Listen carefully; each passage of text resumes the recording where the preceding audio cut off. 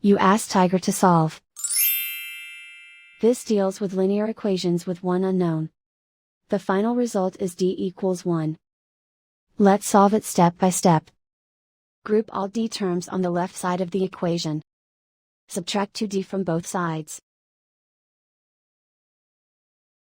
Group like terms. Simplify the arithmetic. Group like terms. Simplify the arithmetic. Group all constants on the right side of the equation. Subtract 3 from both sides. Simplify the arithmetic.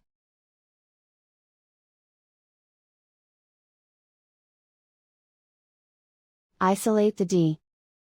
Divide both sides by 3. Simplify the fraction.